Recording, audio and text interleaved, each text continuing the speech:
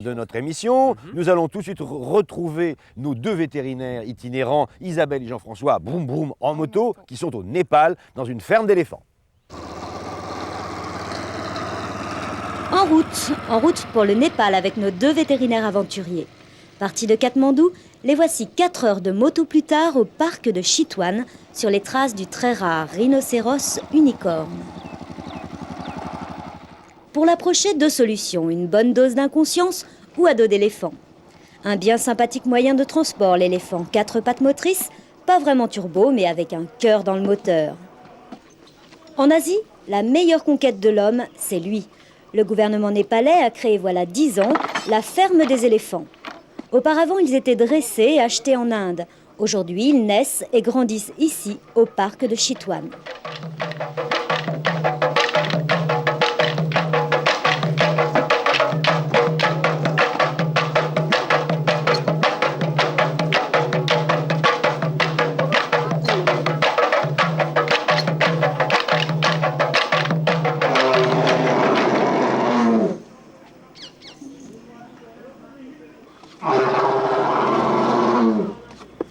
Dans ce centre, les mamans ne travaillent pas. 22 mois de gestation et 18 mois pour s'occuper du petit, voilà de quoi occuper ses congés maternité. Pour le mâle adulte, la journée débute à 10 heures. Ramasser les bois morts, assurer la surveillance du parc, déplacer des troncs d'arbres ou planter des piliers font partie du quotidien de cette force tranquille.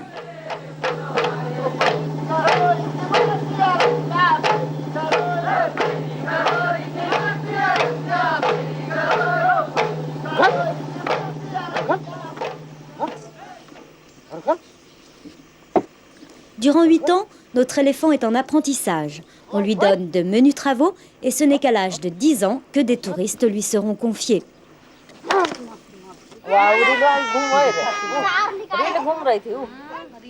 Après l'effort, le réconfort. Le repas des éléphants est toujours un spectacle.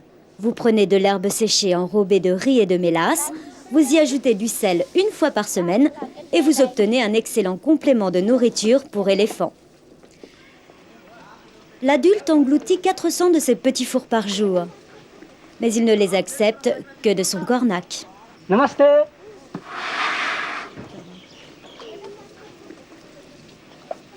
Dans la jungle, le plus fort assure la protection de l'ensemble du groupe.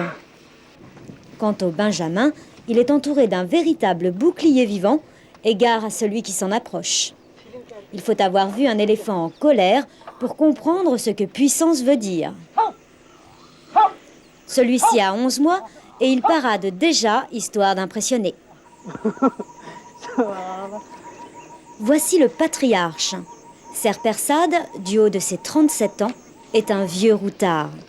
C'est lui qui sera chargé de conduire Isabelle et Jean-François sur les traces du rhinocéros unicorne.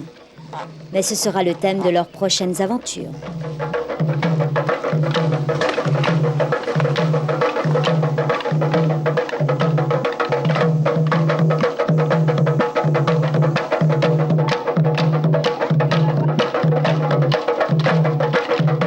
Elles sont jolies ces statues, mais je trouve qu'elles ont un peu pris des maladies.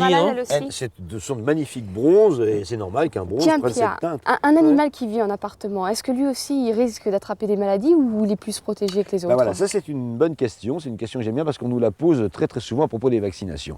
Eh bien, il faut d'abord expliquer comment se transmettent les maladies. Alors, les maladies, c'est microbes, virus, parasites, grosso modo. Alors, vous avez des maladies qui se transmettent directement par le contact. Je pense à la leucose, par exemple, il faut qu'un chat voit un autre chat et un contact avec pour qu'il y ait maladie. Il faut qu'un chien morde un autre pour qu'il y ait la transmission de la rage. Mais il y a énormément de maladies qui agissent par transmission dite indirecte, c'est-à-dire que vous allez trimballer sur vos chaussures, sur vos vêtements, sur vos mains, même si vous avez touché un animal malade, une maladie que vous allez apporter chez vous. Alors là, ça dépend évidemment de la résistance des virus et des microbes dans le milieu extérieur. Et puis, vous avez aussi les insectes qui peuvent, ce qu'on appelle les vecteurs animés, qui peuvent transporter un insecte, par exemple, qui va sur un excrément d'un chien malade, va sur la nourriture d'un chien sain et transmet la maladie. Donc, vos animaux ne sont pas totalement à l'abri. Vous parliez des insectes, Pierre, justement. Est-ce qu'il y a d'autres insectes, je pense aux mouches, aux moustiques, qui peuvent transmettre aussi des maladies? Bon, donc a priori, tout insecte, vous avez compris, qui est vecteur d'un microbe qui a été cherché ailleurs, peut le transmettre, une mouche, n'importe quoi, mais il y a des spécificités. On sait par exemple qu'il y a des moustiques autour du bassin méditerranéen qui transmettent une maladie qui s'appelle la leishmaniose. Hein. Et il y a également des insectes qui transmettent ce qu'on appelle les vers du cœur, les heartworms, et ça c'est aux États-Unis essentiellement. Et puis vous avez aussi les puces qui peuvent transmettre le typhus, qui peuvent transmettre le ténia. Vous avez ces fameuses tiques, évidemment, que vous connaissez bien, qui transmettent la pyroplasmose. Mais tout ça, d'animal à animal. Hein. Il y a très peu de maladies quand même qui se transmettent, aux hommes. Bon, oui, on va voir ça après parce qu'il faut qu'on aille rejoindre maintenant Sandrine qui est certainement sur le perron du château pour accueillir des chiens absolument, qui méritent d'ailleurs ce cadre, qui sont les boules mastifs. Bonjour, et bien aujourd'hui je vais vous présenter une race tout à fait impressionnante, enfin plutôt deux puisqu'elles sont cousines, ce sont le bull mastif et le mastif. Madame Berthoud en a la passion depuis 28 ans et les élève depuis 13 ans et elle est venue nous rejoindre sur ce plateau avec Hippolyte. Bonjour Madame Berthoud. Bonjour. Alors Hippolyte c'est un bull mastif de couleur sable. Tout à fait. On n'a qu'un sujet aujourd'hui sur le plateau mais on a vu récemment chez vous donc les fameux mastifs. Quel est le standard de chacune des deux races? Parce qu'en fait, je pense qu'il est différent. Tout à fait. Bon, ce qui va les différencier, c'est déjà la taille. Un mastif avoisine à peu près, donc en matière de hauteur de garrot, 80 pour un poids de 100 kg. Un bull mastif peut aller jusqu'à 70 au garrot pour un poids de 60 kg. Donc beaucoup plus léger, effectivement. Oui, plus léger. Oui. Les couleurs, on retrouve les mêmes couleurs dans chaque race? Tout à fait. Vous avez donc le sable comme Hippolyte, vous avez la couleur abricot et vous avez également le bringé. Est-ce que le bull mastif est différent de tempérament, de caractère que le mastif? Le bull mastif est différent, il est déjà beaucoup plus vif, plus vigilant, il est d'un tempérament plus dominant. Le mastif est beaucoup plus calme, il cohabite beaucoup mieux avec ses congénères. Ah voilà. Oui. Le point sensible. Tout à fait. Alors quelle était l'utilité de ce chien au départ? Bon, c'est un chien d'origine anglaise. Oui, disons que le mastif par lui-même déjà était un chien de garde de grand domaine. Le bull mastif a été créé par les Anglais pour faire la chasse aux braconniers, puisque les domaines étaient, nous pourrions dire, envahis par les braconniers. Oui. Donc ils l'ont créé pour le faire beaucoup plus souple et beaucoup plus agile.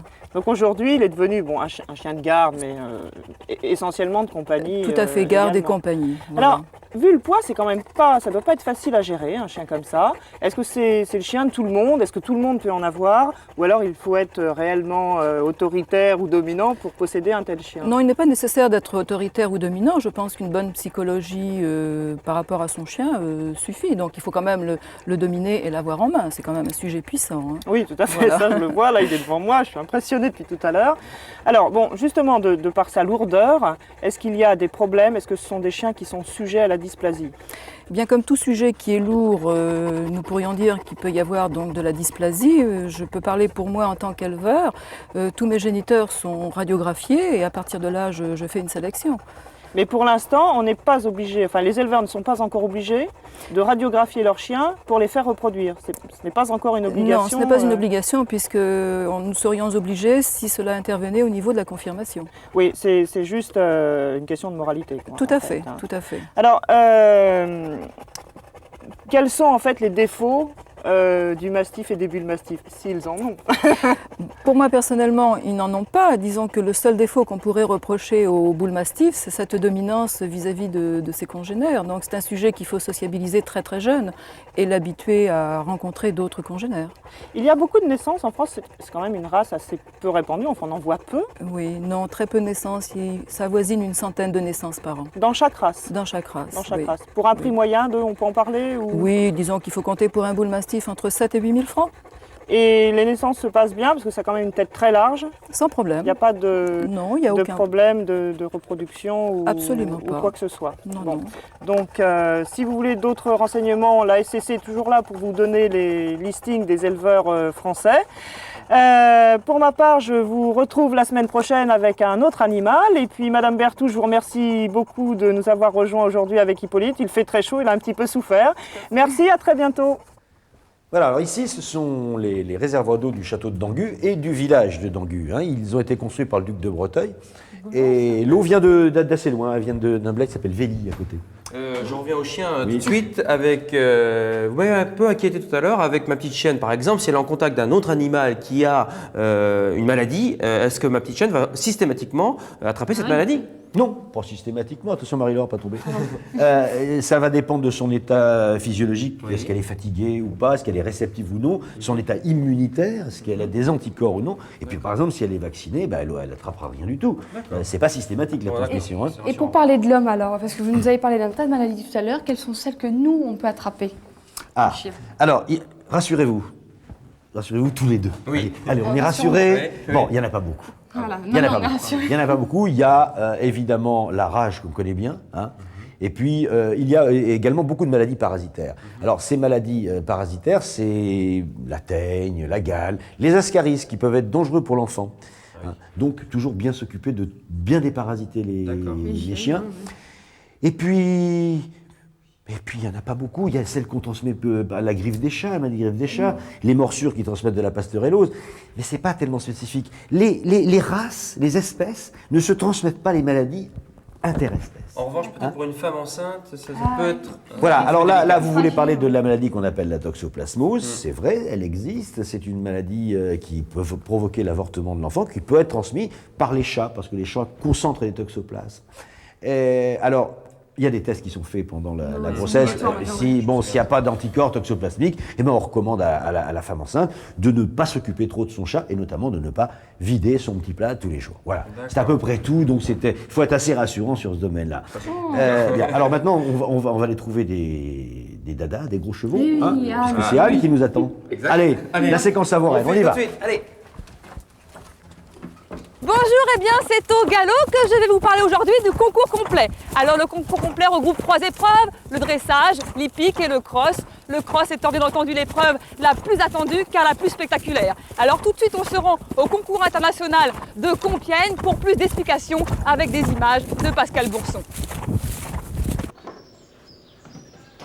Ce matin c'est l'effervescence dans les box du haras de Compiègne. Un va-et-vient particulièrement intense y règne. Du côté des chevaux, l'humeur est plutôt à la plaisanterie. Alors que du côté cavalier, la tension monte à l'approche du départ de l'épreuve de fond de ce 5e concours complet international de Compiègne.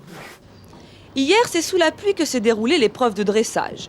Le concours complet comporte 3 épreuves réparties sur 3 jours. Le dressage, l'épreuve de fond et le saut d'obstacle.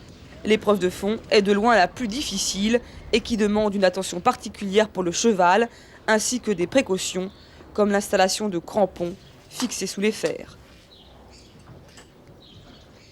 L'épreuve de fond est constituée de 4 phases. La phase A sert d'échauffement, la phase B est un steeple de 8 obstacles, et lors de la phase C, le cheval récupère. Il passe ensuite à contrôle vétérinaire avant de se lancer dans l'épreuve la plus difficile, le cross. Mais avant de prendre le départ de l'épreuve de fond, il faut répondre à certains critères. 77, c'est bon. Je donne le départ et on contrôle les poids qui doivent être tous au-dessus de 75 kg. Je contrôle les éperons qui ne doivent pas être piquants et ne pas faire plus de 3 cm et demi. Et je contrôle les cravages qui doivent faire 0,75 et pas plus. Merci, c'est parfait.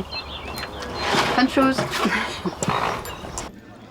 Nous allons tout particulièrement nous attacher à l'épreuve de cross, qui se court sur une distance de 5500 mètres et comporte plus de 20 obstacles.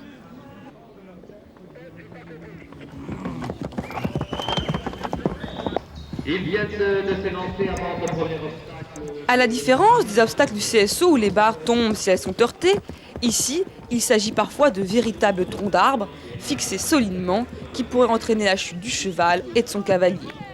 Mais la confiance entre le cavalier et sa monture est sans limite. La difficulté d'un cross se résume à faire découvrir un parcours à un cheval qui, lui, ne le connaît pas.